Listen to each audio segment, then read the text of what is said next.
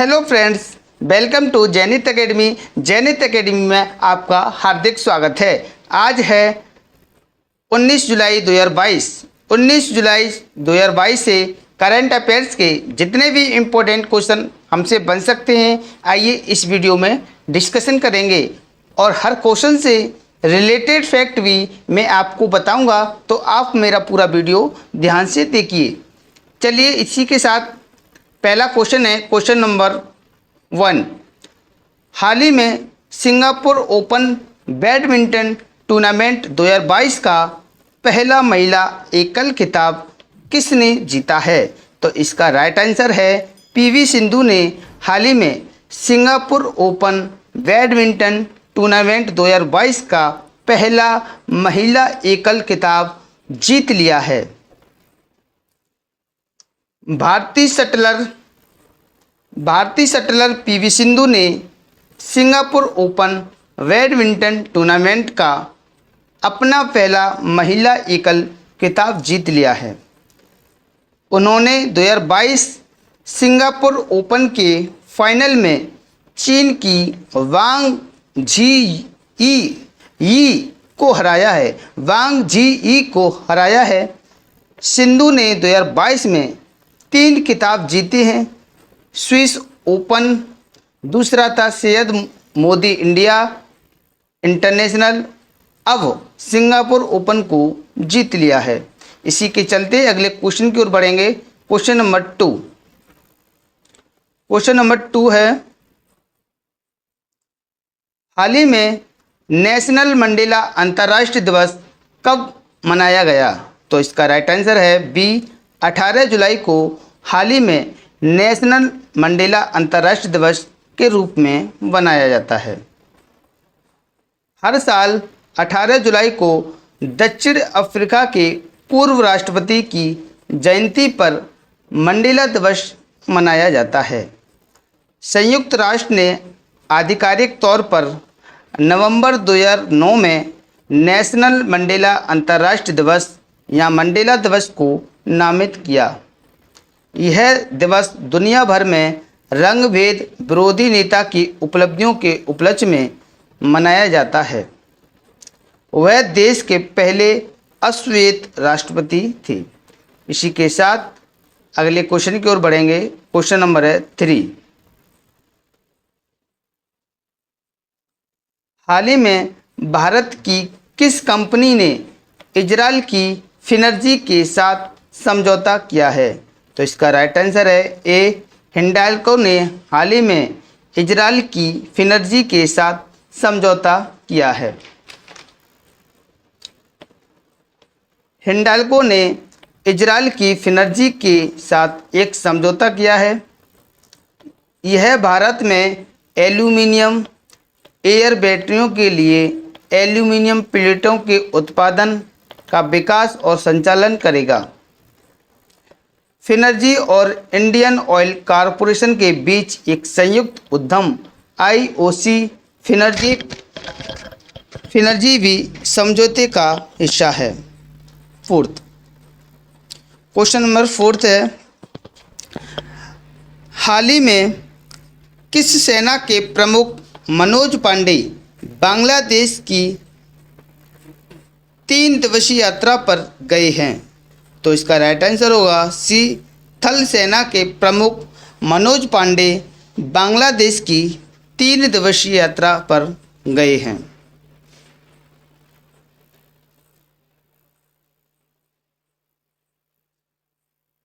थल सेना अध्यक्ष जनरल मनोज पांडे 18 से 22 जुलाई 2022 तक बांग्लादेश की 3 दिवसीय यात्रा पर रवाना हुए।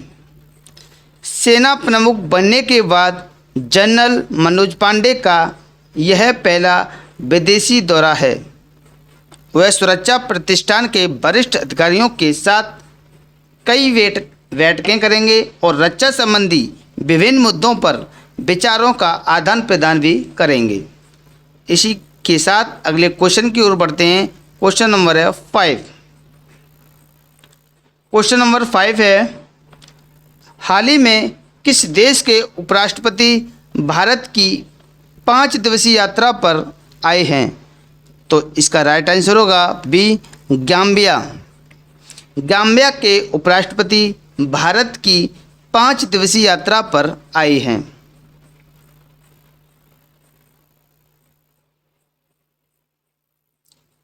गाम्बिया के उपराष्ट्रपति वाद्रा ए जूफ 18 जुलाई 2022 को भारत पहुंचे। वह 5 दिवसीय भारत दौरे पर आए हैं।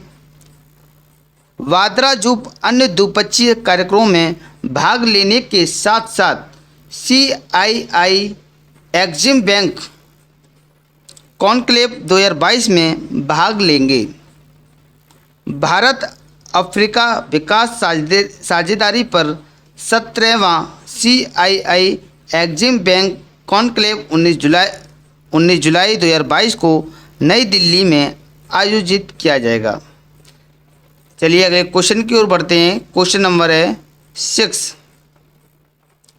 क्वेश्चन नंबर 6 है, हाल ही में टाटा स्टील भारत और किस देश में वर्ष 2023 में 12,000 करोड़ रुपए का निवेश करेगा?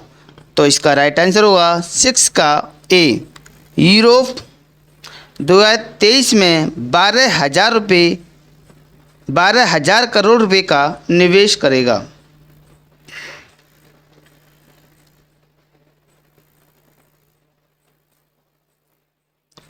टाटा स्टील ने FY23 यानी फाइनेंशियल ईयर 2023 में भारत में 8,500 करोड़ रुपए और यूरोप में कंपनी के संचालन पर 3,500 करोड़ रुपए का निवेश करने की योजना बनाई है।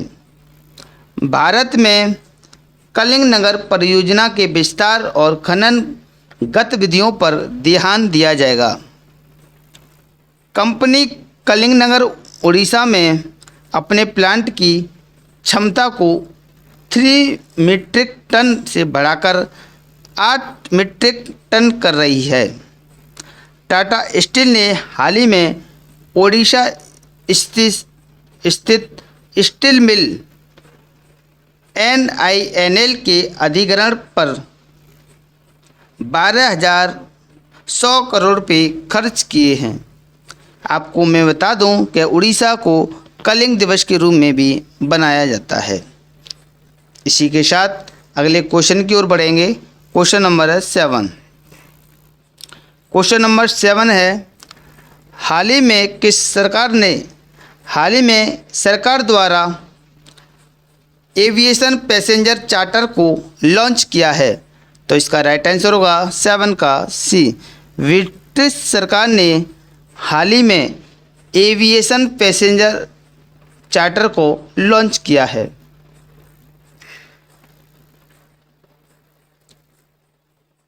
ब्रिटिश सरकार ने एक एविएशन पैसेंजर चार्टर लॉन्च किया है ताकि यात्रियों को हवाई अड्डों पर समस्याओं को सामना करने पर उनके अधिकारों को जानने में मदद मिले। नया चार्टर यात्रियों को यह जानने में मदद करेगा कि रद्दीकरण, देरी और सामान के गुम होने की स्थिति में उन्हें क्या करना चाहिए।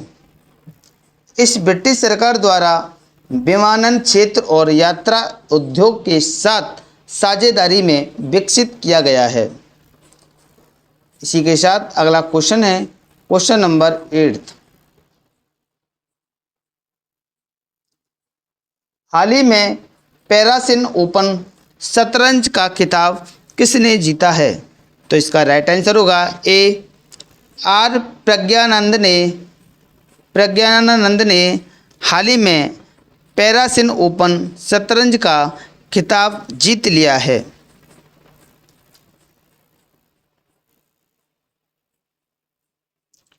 युवा भारतीय ग्रैंड मास्टर आर प्रज्ञानंद ने सर्बिया के पैरासिन शहर में आयोजित 15वें अंतर्राष्ट्रीय शतरंज ओपन पैरासिन का ओपन ए वर्ग जीता है। उन्होंने 9 राउंड से 8 अंक बनाए। अलेक्जेंडर फ्रेड के रूसी ने 7.5 अंकों के साथ दूसरा स्थान हासिल किया। प्रज्ञानंद ने 28 जुलाई 2022 से चेन्नई के पास होने वाले 44वें शतरंज ओलंपियाड में भी भारत बी टीम का हिस्सा होंगे। इसी के अगला क्वेश्चन है क्वेश्चन नंबर 9। क्वेश्चन नंबर 9 है, हाल ही में इंडिगो के गैर स्वतंत्र और गैर कार्यकारी निदेशक के रूप में किसे नियुक्त किया गया है? तो इसका राइट आंसर होगा सी एम दामोदरन को हाल ही में इंडिगो के गैर स्वतंत्र और गैर कार्यकारी निदेशक के रूप में नियुक्त किया गया है।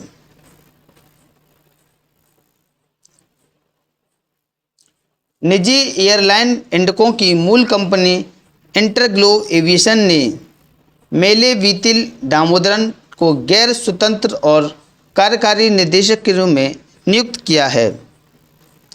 एम दामोदरन एक सेवानिवृत्त आईएएस अधिकारी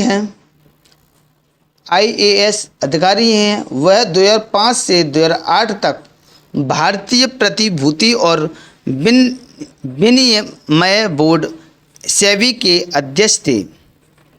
उन्हें व्यापक रूप से कॉरपोरेट गवर्नेंस के भारत के अग्रणी चैंपियनों में से एक माना जाता है। चलिए अगला क्वेश्चन है क्वेश्चन नंबर 10। क्वेश्चन नंबर 10 है, हाल ही में किस राज्य सरकार ने यूएनडीपी के साथ साझेदारी में डिकरा की घोषणा की है? तो इसका राइट आंसर होगा 10 का ए। तेलंगाना सरकार ने हाल ही में यूएनडीपी के साथ साझेदारी में DICRA की घोषणा की है, यानी कि डिकरा के साथ।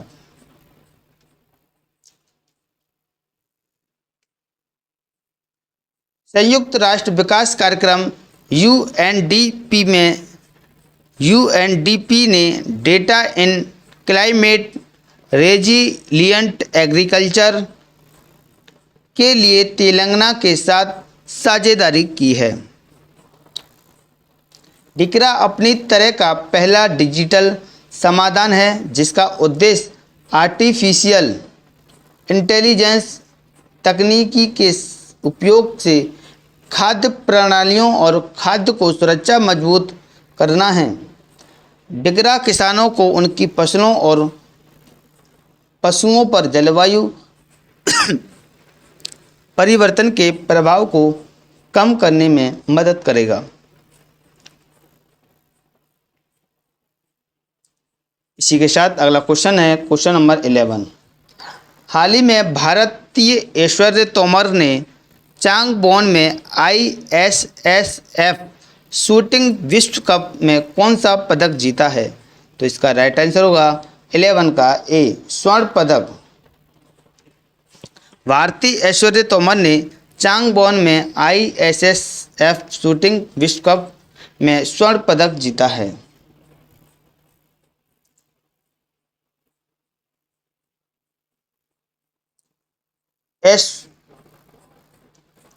ऐश्वर्य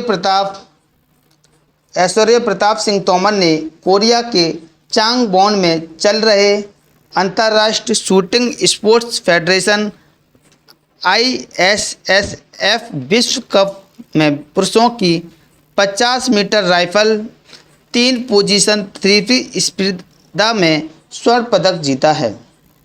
उन्होंने स्वर्ण पदक मैच में हंगरी के जकान पेकलर को हराया है। यह ऐश्वर्या का दूसरा ISSF विश्व कप स्वर्ण पदक है।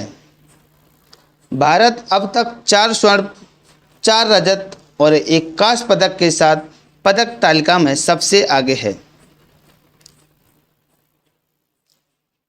इसी के साथ अगला क्वेश्चन है क्वेश्चन नंबर 12।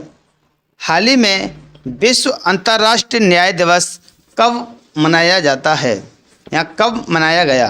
तो इसका राइट आंसर होगा 12 का सी, 17 जुलाई को हाल ही में विश्व अंतर्राष्ट्रीय न्याय दिवस के रूप में मनाया जाता है।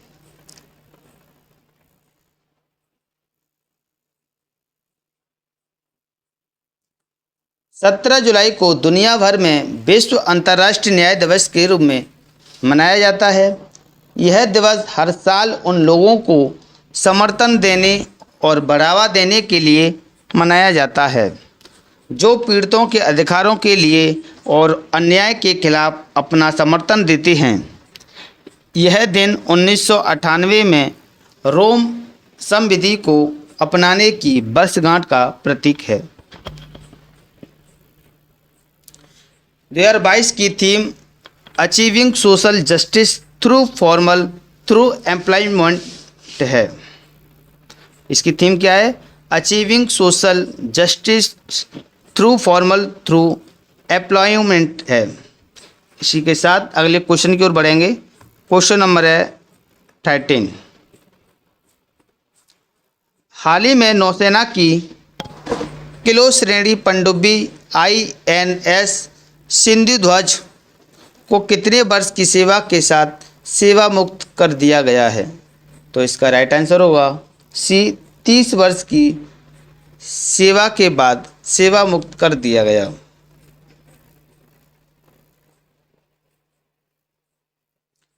भारतीय नौसेना की किलो श्रेणी पनडुब्बी INS सिंधु ध्वज को 35 साल की सेवा के बाद 16 जुलाई 2022 को सेवा मुक्त कर दिया गया। 1987 में नौसेना में शामिल सिंधु ध्वज 1986 और 2000 के बीच रूस से हासिल की गई 10 किलो श्रेणी की पनडुब्बियों में से एक थी। यह एकमात्र पनडुब्बी थी जिसे प्रधानमंत्री मोदी द्वारा इनोवेशन के लिए chief of naval staff CNS rolling trophy से सम्मानित किया गया था। इसी के साथ अगला क्वेश्चन है क्वेश्चन नंबर 14। हाल ही में नेशनल स्टॉक एक्सचेंज के नए MD और CEO के रूप में किसे नियुक्त किया गया है? तो इसका राइट आंसर होगा C, आशीष कुमार चौहान को हाल ही में नेशनल स्टॉक एक्सचेंज के नए MD एंड CEO के रूप में नियुक्त किया गया है।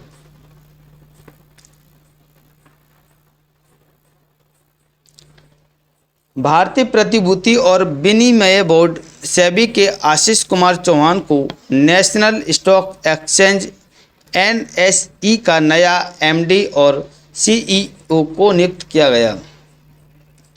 वह विक्रम लिमय का स्थान लेंगे जिनका 5 साल का कार्यकाल 16 जुलाई 2022 को समाप्त हुआ था।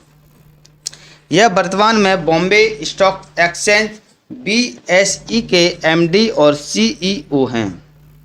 उन्हें भारत के वित्तीय व्युत्पन्नों के जनक के रूप में जाना जाता है। वह NSE के संस्थापकों में से एक है। इसी के साथ अगला क्वेश्चन है क्वेश्चन नंबर 15।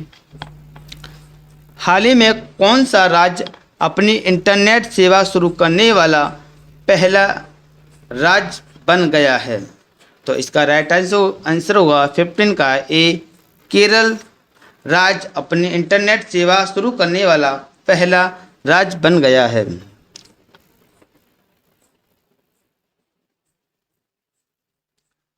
केरल ने घोषणा की है कि वह अपनी इंटरनेट सेवा रखने वाले देश का पहला एकमात्र राज्य बन गया है। इसकी घोषणा तब की गई जब Kerala fibre plastic network limited को दूरसंचार विभाग से इंटरनेट सेवा प्रदान करता है ISP लाइसेंस प्राप्त हुआ। KFON योजना की परिकल्पना राज्य में BPL परिवारों और 30,000 सरकारी कार्यकर्ताओं को मुफ्त इंटरनेट प्रदान करने के लिए की गई है। इसे 2019 में लॉन्च किया गया था। चलिए इसी के साथ अगली वीडियो पिछली वीडियो का रिवीजन फटाफट से कर लेते हैं। क्वेश्चन नंबर पहला क्या था? हाल ही में विश्व एथलेटिक्स चैंपियनशिप में पुरुषों की लंबी कूद के लिए फाइनल में प्रवेश करने वाले पहले भारतीय कौन बने हैं? तो इसका राइट आंसर था मुरली श्रीशंकर।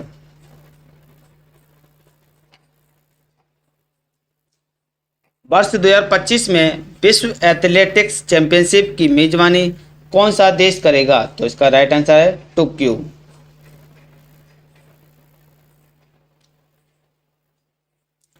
हाल ही में नए आईटी पोर्टल के साथ एकीकृत होने वाला पहला बैंक कौन सा बना है? तो इसका राइट आंसर था कोटक महिंद्रा बैंक।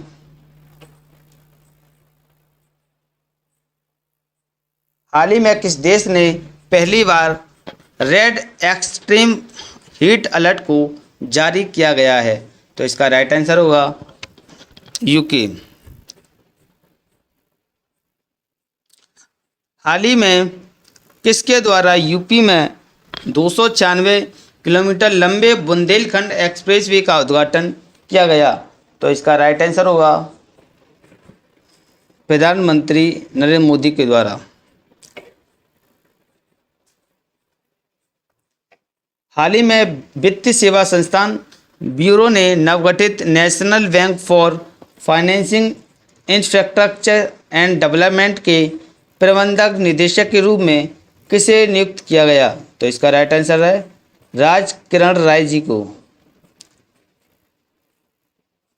हाल ही में भुगतान प्रणाली में सहयोग बढ़ाने के लिए किस बैंक और इंडोनेशिया बैंक ने हस्ताक्षर किए हैं? तो इसका राइट आंसर था आरबीआई बैंक ने। हाल ही में केंद्र सरकार द्वारा ROSTL योजना का विस्तार कब तक कर दिया गया है? तो इसका राइट आंसर था 31 मार्च 2024 तक।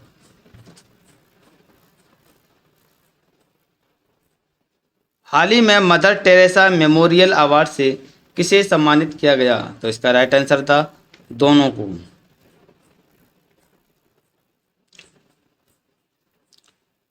टेन कौन सा था? हाल ही में किस राज्य के मुख्यमंत्री ने पुलिस FIR सेवा को शुरू किया है? तो इसका राइट आंसर था उत्तराखंड।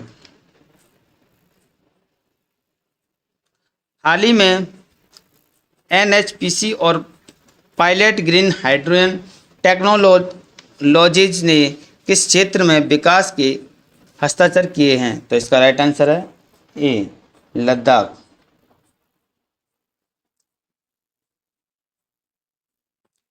हाल ही में KBIC ने उत्कृष्टता केंद्र द्वारा किस वस्तु के लिए नॉलेज पोर्टल को लॉन्च किया है? तो इसका राइट आंसर था खादी वस्तु।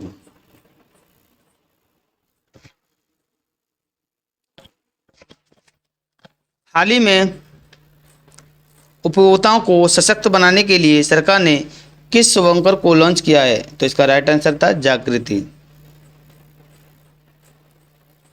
हाल ही में सिंजेंटा इंडिया के किस IIT के साथ जैव विविधता सेंसर परियोजना की शुरुआत की? तो इसका राइट आंसर था IIT रोपड़। हाल ही में जारी national institute ranking framework NIRF कॉलेजों की रैंकिंग 2022 में शीर्ष स्थान किसने हासिल किया है? तो इसका राइट आंसर था दिल्ली यूनिवर्सिटी का बिरसा मुंडा हाउस। अगर आपको हमारी वीडियो पसंद आई हो तो हमारे वीडियो को शेयर करें, लाइक करें, हमारे YouTube चैनल को सब्सक्राइब कर दें और बेल आइकन को प्रेस कर दें, जिससे कि करंट अफेयर्स की वीडियो आपको समय समय पर प्रोवाइड होती रहे। जय हिंद, जय भारत।